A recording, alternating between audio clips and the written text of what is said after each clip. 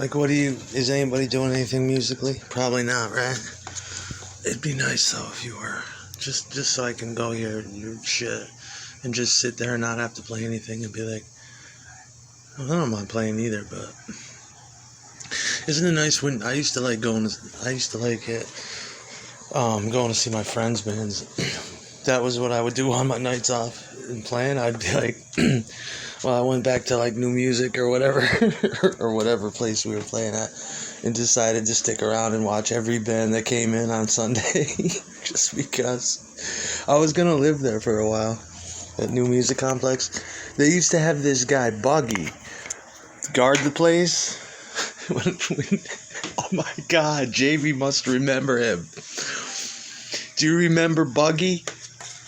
Oh my God, we'd be in there playing, right? And I remember one time I brought Nick to meet Jamie to see if they could hit it off, because I was hoping they would. I was hoping I could form another band, but we didn't have much time to talk and shit. But I remember Nick was sitting over by Jamie. He was behind Jamie. Jamie's playing the bass.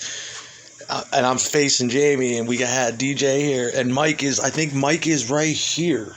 Like, and we're sharing the same mic, like the Beatles or something.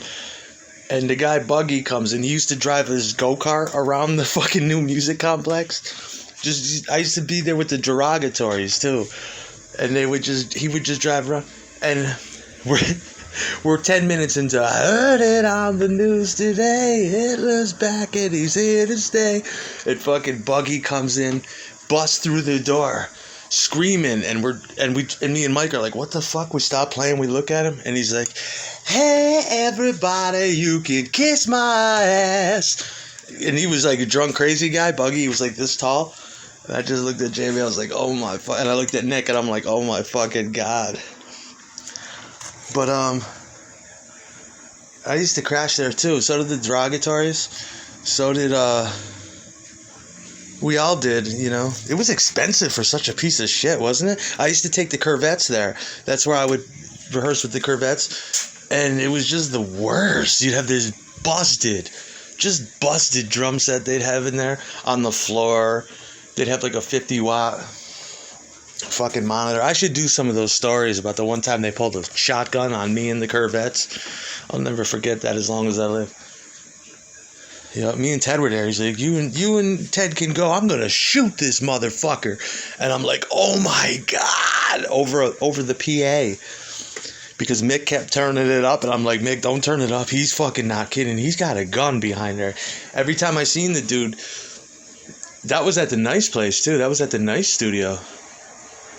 Yeah, he was a gamer, and I think he just got his new 486 or something, or Pentium 1, and he was real stoked about it that day. And I was hanging out with him the whole half an hour before the practice. And he's like, hey, just do me a favor, man. And he even told me, he's like, I know you've been putting the microphone in the kick drum. Don't do that anymore. I'm like, sorry, dude.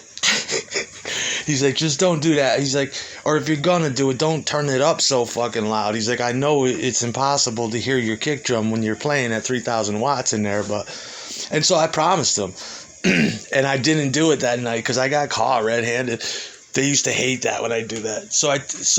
But the guy came in and he also told Mick, he's like, and you, because he didn't like Mick. He's like, this shit is already preset. Don't even fucking touch it. And he was real curt about it. And he went back out, and I'm like, that's good with me. Because he was a cool dude. And, you know, after all, we need to rehearse. And I got to pay for it on this night. I think it was me and Steve paid for it. Yeah. That was some funny shit. I got great stories from it. Just jogged my memory of all the yeah, he almost got shot over the fucking PA. And I'm thinking, what if I was stupid and I put, you know, and I did that. I put the mic back in the kick drum. I would have gotten shot. He was a fucking psycho.